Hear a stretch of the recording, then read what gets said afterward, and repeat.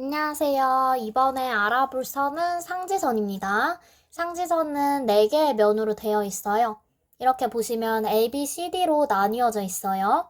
앞면 2군데, 뒷면 2군데로 4개의 선으로 나뉘어져 있습니다. 자, 상지선의 기능을 보시면은 첫 번째, 손과 팔의 올바른 사용법을 통한 목과 어깨의 건강. 손과 팔을 어떻게 사용하냐에 따라 목과 어깨에도 문제가 생길 수 있다는 거예요. 물론 그게 좋은 문제일 수도 있고 안 좋은 문제일 수도 있겠지만요. 그 다음 손과 손가락의 힘을 팔과 어깨, 가슴과 등의 힘으로 연결하는 선이에요. 지금 그림으로도 보시면은 손과 가슴 혹은 손과 등이 연결되어 있는 게 보이시죠? 먼저 A, 신부전방 상지선부터 볼게요. 상지선은 번호를 그냥 다 쓰는 것보다 중요한 뼈, 중요한 근육만 골라 쓰는 게 더 이해하기 쉬울 것 같아서 중요한 것들만 골라 써놨어요. 첫 번째 3번, 4번, 5번의 늑골에서부터 시작이 돼요. 지금 보시면 여기 갈비뼈에서부터 시작되는 게 보이시죠?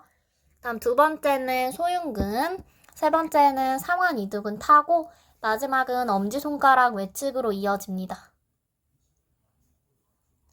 보시면 갈비뼈와 엄지손가락은 이어져 있어요. 신부전방 상지선은 등 뒤 손깍지, 팔을 등 뒤로 돌릴 때 사용이 되는데요.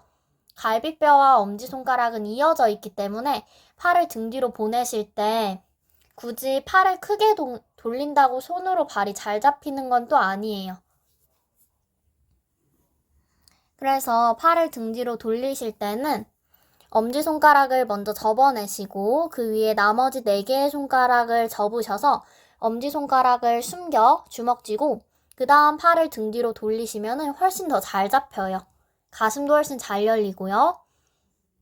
그렇게 비틀기, 팔 등 뒤로 돌리실 때는 이렇게 엄지손가락을 사용하시는 겁니다. 엄지손가락과 가슴은 이어져 있기 때문에. 그 다음은 머리서기, 어깨서기를 할 때도 사용이 돼요. 머리서기 하실 때 손깍지 끼잖아요. 깍지 낀 손으로 엄지손가락으로 뒤통수 단단하게 받쳐내시는 게 갈비뼈에도 영향을 줄 수 있다는 거예요. 가슴 근육들, 가슴뼈를 불안정하지 않게끔 안정적으로 만들어주죠. 어깨서기 할 때도 엄지손가락으로 등 잘 받치시고요. 신부전방 상지선은 가슴 근육인 소흉근과도 관련이 있는데요. 가슴 근육, 소흉근이 과하게 수축되면 어떻게 되는지 볼게요. 첫 번째는 호흡 문제입니다. 여기 보시면 소흉근은 갈비뼈와도 연결이 되어 있어요.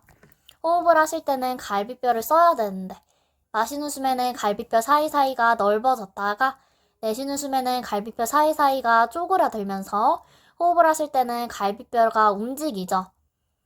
갈비뼈와도 관련 있는 소흉근이 짧아지면 당연히 호흡에도 문제가 생기죠. 다음 두 번째 문제는 라운드 숄더입니다. 라운드 숄더이신 분들은 소흉근이 짧아져서 그래요. 그럴수록 쇄골 아랫부분을 꾹꾹꾹 손으로 눌러내셔서 소흉근을 풀어내셔야 돼요. 어깨가 말리신 분들은 쇄골 아래 누르면 되게 아파하세요. 자, 세 번째는 팔 들어올림 문제입니다. 소흉근은 보시면 상완 이두근, 팔 근육과도 관련이 있어요. 그래서 소흉근이 짧아지면 팔을 잘 못 들어 올리게 돼요. 다양한 문제가 있죠. 이번에는 두 번째 표면 전방 상지선을 볼게요. 표면 전방 상지선은 첫 번째 대흉근, 그리고 광배근과 연결이 되어 있어요. 대흉근은 가슴 앞쪽이고 광배근은 등 뒤인데 어떻게 연결이 되냐면요. 광배근이 날개뼈의 바깥쪽에서 시작이 돼요. 그래서 대흉근과 팔 아래쪽에서 막 꼬여 만나게 되는 거예요. 막 다발로 꼬여요. 그래서 상완골 내측, 팔의 안쪽을 지나 손바닥에서 끝납니다. 표면 전방 상지선은 양손 머리 위 합장, 우르두바 하스타를 할 때 사용이 되는 선이에요. 자, 세 번째, 신부후방 상지선을 볼게요. 신부후방 상지선은 첫 번째 능형근, 그 다음 견갑각은 회전근개, 삼두, 마지막 새끼손가락 바깥쪽으로 이어집니다. 여기. 몸의 뒷부분이죠.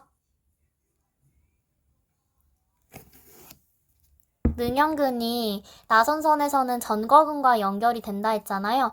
하지만 여기에서는 능형근이 날개뼈와 회전근개와 연결이 돼요.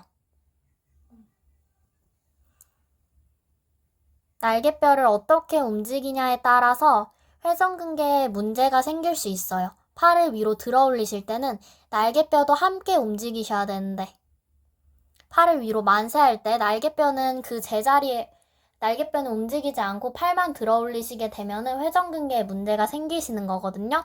팔을 위로 만세할 때는 날개뼈가 항상 같이 따라 올라가 주셔야 돼요. 견갑각은 날개뼈와 삼두는 항상 같이 움직이셔야 됩니다. 회전근개와 삼두만 움직이면 팔도 두꺼워져요.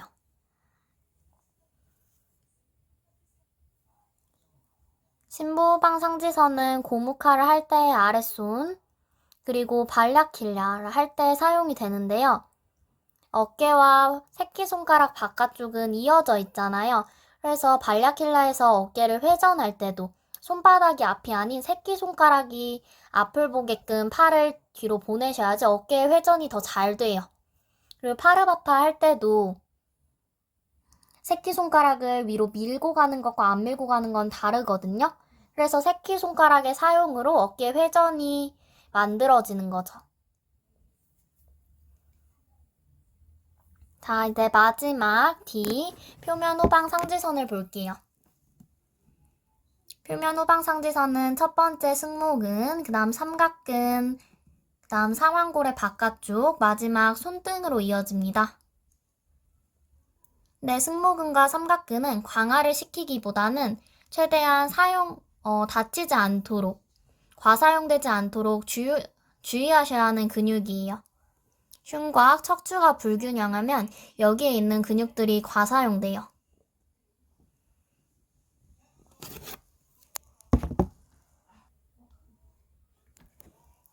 보시면은 손목 통증인 손목 터널 증후군, 그리고 팔꿈치 안쪽 통증인 골폐el보가 있으신 분들은